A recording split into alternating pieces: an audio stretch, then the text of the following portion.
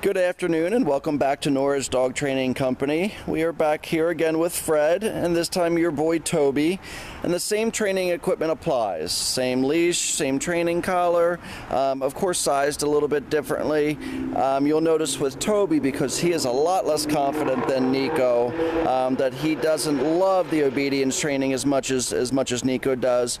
But we're going to start off with heeling, again, which is always on your left, and the command is Toby heel. And at this time, again, he's got a job to do, and that's to stay even with Fred's left leg, no forging ahead or lagging behind. And I have a feeling when they come home, they're going to be a little bit more enthusiastic as far as doing the obedience training with you, as opposed to us. But you can see whenever Fred stops, Toby automatically sits, which is very nice, and waits for the next command. Fred gives him the stay command from heel position. He goes out. Pretty much to the end of that training leash, we leave a little bit of dip in that leash so Toby doesn't feel a slight tug and come back to Fred. Again, keep your stationary commands relatively short with the sit stay, 1 minute working up to 3 minutes. And when you return back to him, you're going to walk again all the way around counterclockwise. That way when you return back to heel position, it's Toby on your left, and they take off heeling again. And again, they should adjust to your pace. You know, you should be able to enjoy walking them. You don't want to feel like you have to kind of speed down the street because they're pulling you. They should adjust to a nice leisurely pace if that's the way you walk. And again, whenever you stop, they should automatically sit.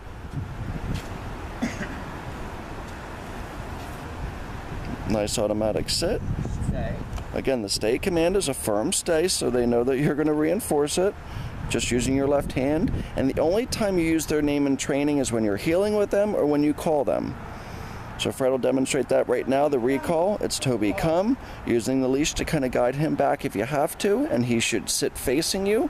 Fred gives him praise for a job well done, and you can hear Fred kind of keeping him engaged, you know, talking to him, trying to keep him focused. I mean, you can use your leash as a way to kind of get them to stay focused on you. You can also use verbal praise and verbal commands that kind of do the same thing as well. We like to use a little bit of a combination of both. Nice automatic sit.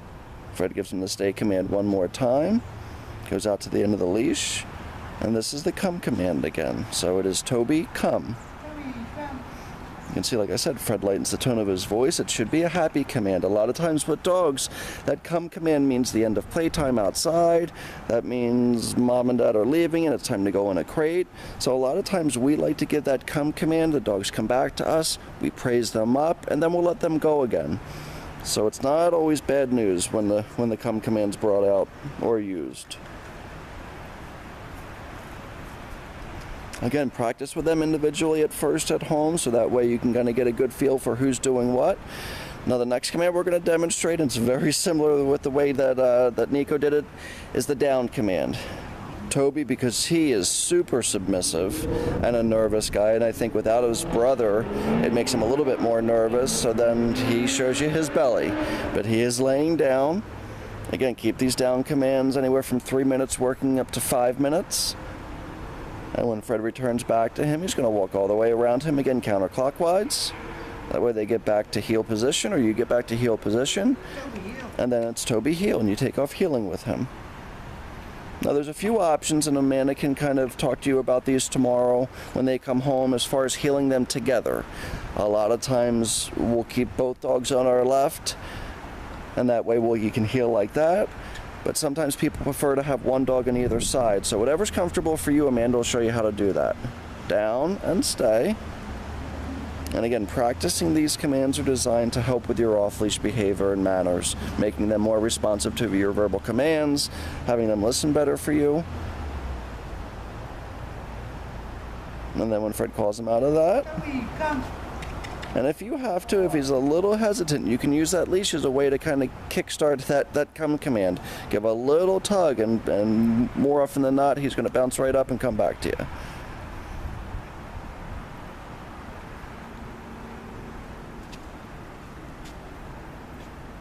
Nice automatic sit. And then this is going to be our distance down. You're going to use your right hand and the one-word firm command to down. Very good.